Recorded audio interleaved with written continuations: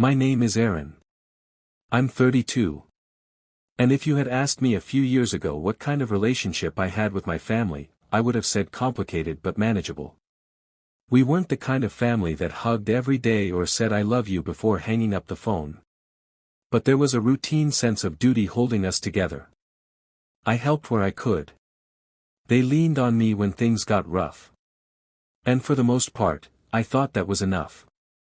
But looking back now, I see the cracks had been forming long before my brother ever shouted those words at me. It started in small ways. The kinds of things that you brush off at the moment because you don't want to seem overly sensitive. Like how my parents always introduced my younger brother Ryan as the one who's going places while I was the one still figuring things out. Ryan was 3 years younger than me and he had this natural charisma that seemed to shield him from consequences.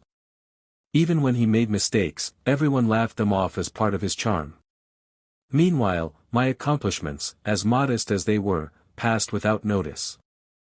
I remember one Christmas when I told them I'd been promoted at work. Ryan had just bought a second-hand motorcycle and that was all anyone talked about for the rest of the night. It stung, but I told myself that's just how families are sometimes. You take the teasing, you deal with the favoritism, and you move on. Except, it wasn't just teasing. Slowly, the weight of being the responsible one became a trap. I was the one who helped with rent when the bills piled up. I was the one who covered late car payments because my dad's hours had been cut and my mom's side business wasn't bringing in enough that I told myself I didn't mind because I was keeping the family afloat. I thought foolishly that maybe they appreciated it even if they didn't say it out loud.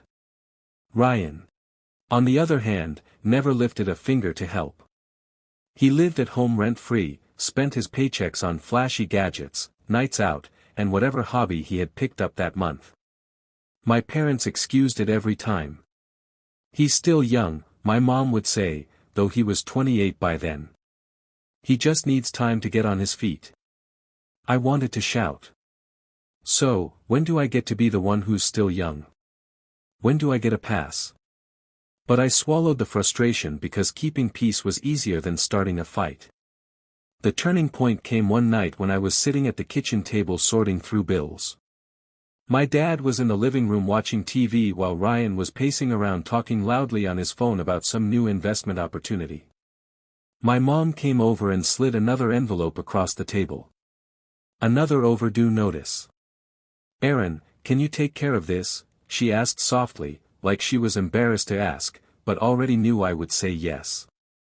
I stared at the paper, then at her, and something in me cracked. "Do you guys even realize how much I've been covering for this family?" I asked, my voice sharper than I intended. The silence that followed was suffocating. My dad muted the TV.